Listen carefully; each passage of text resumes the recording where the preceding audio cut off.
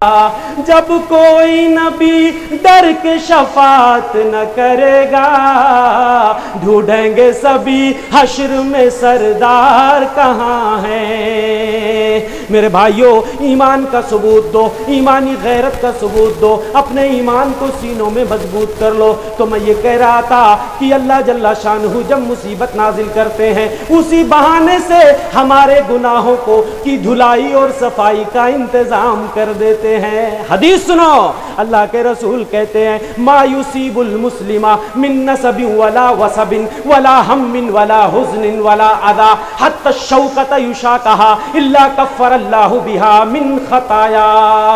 کسی مسلمان کو کوئی پریشانی، کوئی غم، کوئی بیماری، کوئی تکلیف، کوئی فکر، کوئی ٹینشن اگر لاحق ہو جائے تو اللہ جل شانہ اس کے نتیجے میں اس کے گناہوں کو مٹاتے رہتے ہیں۔ یہاں تک کہ پیر میں اگر ایک کانٹا بھی مومن کے چبھ جاتا ہے تو اس کے نتیجے میں بھی کوئی نہ کوئی گناہ دھل جاتا ہے۔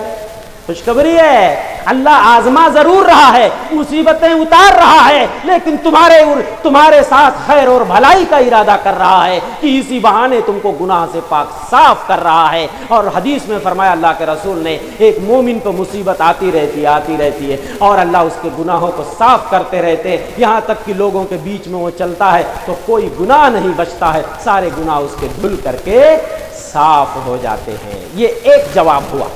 جواب نمبر 2 دے کر کے میں اپنی بات ختم کروں گا، یہاں تفصیلی وقت نہیں ہے، میں صرف آپ کو سمجھانے کی کوشش کر رہا ہوں کہ یہ مصیبتیں جو آتی ہیں دل چھوٹا مت کرو، یہ شکایت مت کرو ہم تو مسلمان ہیں ہمارے اوپر کاہے مصیبت آتی ہے۔ پہلا جواب سمجھ لیے، اللہ آزماتا ہے، امتحان لے رہا ہے ہمارے ایمان کا، ہمارے عمل کا۔ اور دوسرا جواب سنیے، یہ جو بلائیں آتی ہیں، یہ جو مصیبتیں آتی ہیں، اللہ اپنے خاص بندوں کو جو آزماتا ہے، میرے بھائیوں، ہماری بدعمالیوں کے نتیجے میں جو ہم برائیاں کرتے ہیں، سیاہ کاریاں کرتے ہیں، دن و رات اللہ کو ناراض کرنے والا کام کرتے ہیں۔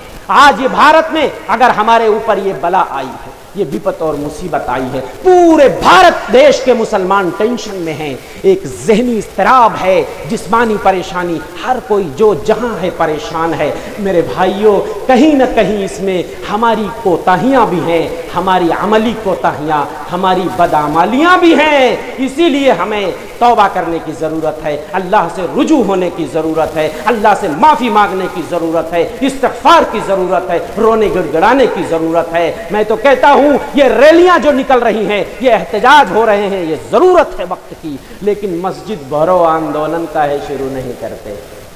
مسجد بھرو آندولن بھی چالو کرو اگر اپنے رب کو خوش کرنا ہے۔ یہ مصیبت چاہتے ہو کہ مصیبت کے بادل چھٹ جائیں، یہ پریشانیاں دور ہو جائیں۔ ارے اب مسجد نہ بھرو گے تو کب بھرو گے؟ ابھی بھی ہماری مسجدیں ویران ہیں، ابھی بھی ہماری مسجدیں خالی پڑی ہیں۔ تو دوستو، ہماری ان بدعمالیوں کی وجہ سے بھی ہمارے اوپر بلائیں آتی ہیں، مصیبتیں آتی ہیں۔ یہ میں نہیں کہتا، رب کا قرآن کہتا ہے۔ آئیے قرآن پڑھتے ہیں، وَمَا أَصَابَكُم مِّن مُّصِيبَةٍ فَبِمَا كَسَبَتْ أَيْدِيكُمْ، تمہارے اوپر جو بھی مصیبت آتی ہے، جو بھی وپت آتی ہے، تمہارے اپنے ہاتھ کی کمائی ہے، تمہارے اپنے ہاتھ کی کمائی ہے۔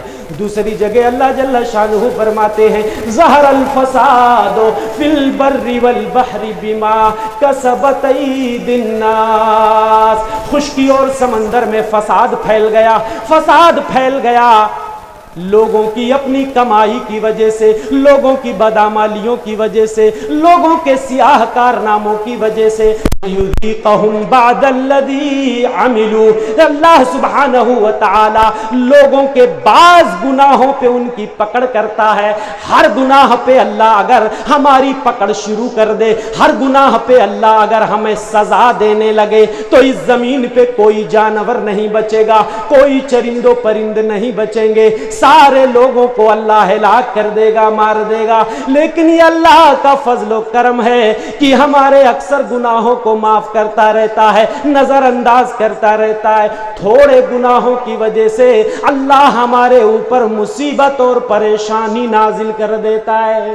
تھوڑے گناہوں پہ پکڑتا ہے اللہ، بقیہ کو چھوڑ دیتا ہے۔ اگر ہر گناہ پہ پکڑنے لگے تو اس روئے زمین پر کوئی چرند پرند، کوئی جانور زندہ نہیں بچ سکتا۔ اس لیے دوستو بدعمالیوں سے توبہ کرو، گناہوں سے توبہ کرو، گناہوں سے اپنے دامن کو بچا لو میرے بھائیوں۔ یہ گناہ کا بہت بڑا اثر ہوتا ہے، انسان کی اپنی ذات پر بھی ہوتا ہے اور دھرتی پر بھی ہوتا ہے، ماحول اور معاشرے پر ہوتا ہے۔ چرند پرند بھی ہمارے گناہ سے پریشان ہو کر ہم پر لعنت بھیجنے لگتے ہیں۔ جب آسمان سے بارش رک جاتی ہے ہمارے گناہ کی وجہ سے، چرند پرند کو پانی نہیں ملتا تو لعنت بھیجتے ہیں۔ یہ بنو آدم کی نحوست کی وجہ سے، یہ ابن آدم کے گناہوں کی وجہ سے۔ حضرت امام مجاہد ابن جبر کہتے ہیں کہ جب آسمان سے بارش رکتی ہے چرند پرند انسانوں پر لعنت بھیجتے ہیں، ارے تمہارے اوپر لعنت ہے، تم نے اپنے پروردگار کو ناراض کر دیا، تمہاری وجہ سے ہم بھی ترس رہے ہیں پانی کے لیے، بوند بوند کے لیے آج ہم بھی محتاج ہیں۔ تو میرے بھائی گناہ کا ایک اثر ہوتا ہے، سب سے پہلے گناہ کرنے والے پر گناہ کا اثر ہوتا ہے، آدمی کا دل سیاہ ہونے لگتا ہے۔ یہ میں نہیں کہتا، کائنات کے امام کہتے ہیں۔ آئیے حدیث دیکھتے ہیں، فرمایا اللہ کے رسول صلی اللہ علیہ وسلم نے اذا اذنب العبد نکت فی قلبہ نکتۃ سودا، بندہ جب گناہ کرتا ہے اس کے دل میں ایک سیاہ نقطہ لگا دیا جاتا ہے، ایک سیاہ دھبا لگا دیا جاتا ہے۔ فاذا نزع وتاب واستغفر ثقل قلبہ، بندہ جب توبہ کر لیتا ہے پھر سے پلٹ کے آ جاتا ہے، اپنے مولا سے رونے گڑ گڑانے لگتا ہے، استغفار کرنے لگتا ہے تو اس کا دل صاف ہونے لگتا ہے، جو سیاہی تھی وہ صاف ہو جاتی ہے۔ فَإِن زَادَتْ، اگر بندہ گناہ پھر سے کرتا ہے، برابر کرتا ہے تو اس سیاہی بڑھ جاتی ہے، حَتَّى تَعْلُوَ قَلْبَهُ، یہاں تک کہ اس کے پورے دل کو گھیر لیتی ہے، پورا دل کالا سیاہ ہو جاتا، بلیک ہو جاتا ہے پورا دل۔ اور اسی کو ران کہا گیا ہے، کلا بل ران علی قلوبہم، اللہ نے ان کے دلوں پر مہر لگا دی ہے، اور اللہ اگر کسی کے دل پہ مہر لگا دے تو کوئی اس کو ہدایت نہیں دے سکتا ہے۔ کیا چاہتے ہو گناہوں کے نتیجے میں اللہ تمہارے دل پہ مہر لگا دے؟ اسی انتظار میں بیٹھے ہو؟ بڑھاپے کی دہلیز پہ کتنے لوگ پہنچ جاتے ہیں، مسجد جانے کی توفیق نہیں ہوتی ہے، بڑھاپے کی دہلیز پہ پہنچ جاتے ہیں اور پھر بھی سرمستیوں میں گم رہتے ہیں، ناچ ہے، گانا ہے، باجا ہے، ڈھول ہے، تماشا ہے اور بہت ساری برائیاں ہیں۔ میرے بھائیوں اب توبہ نہیں کرو گے تو کب کرو گے؟ اب توبہ نہیں کرو گے تو کب کرو گے؟ تو گناہ کا اثر سب سے پہلے بندے پر ہوتا ہے۔ ارے گناہ تو وہ ہے، روزی آ رہی تھی چلی گئی، تم نے گناہ کر لیا۔ کائنات کے امام فرماتے ہیں ان الرجل لیحرم الرزق بالذنب یصیبہ، آدمی کو اللہ روزی دینا چاہ رہا تھا، بندے نے گناہ کا کام کیا، روزی واپس چلی گئی۔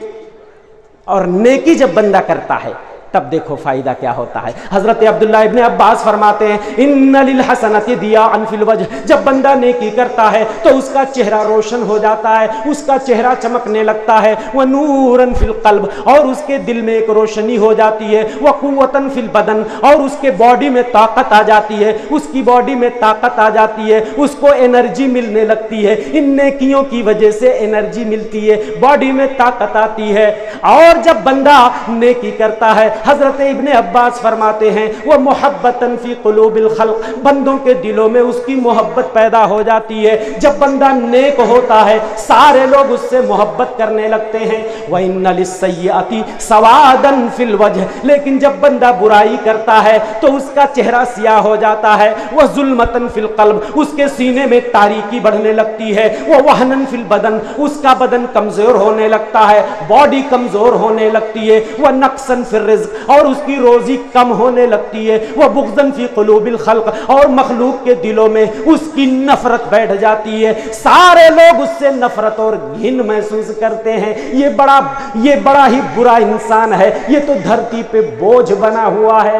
اور میرے بھائی میں نے کہا گناہ کا اثر جو ہوتا ہے نا انسان پہ تو ہوتا ہے، معاشرے پر ہوتا ہے، اس دھرتی پر ہوتا ہے، گاؤں پہ ہوتا ہے، شہر پہ ہوتا ہے، چرند پہ ہوتا ہے، پرند پہ ہوتا ہے، سارے لوگ گناہ کی وجہ سے تنگ آ جاتے ہیں۔ آئیے میں آپ کو حدیث سناتا ہوں، صحیح مسلم کتاب الجنائز کی حدیث ہے۔ فرمایا اللہ کے رسول نے کہ ان المیت مستریح و مستراح منہ، مردہ جب مرتا ہے، آدمی جب مرتا ہے تو دو حال سے خالی نہیں ہوتا، یا تو مستریح ہوتا ہے یا مستراح منہ ہوتا ہے۔ صحابہ نے کہا اللہ کے رسول یہ مستریح کیا ہے، مستراح منہ کیا ہے؟ مستریح کا مطلب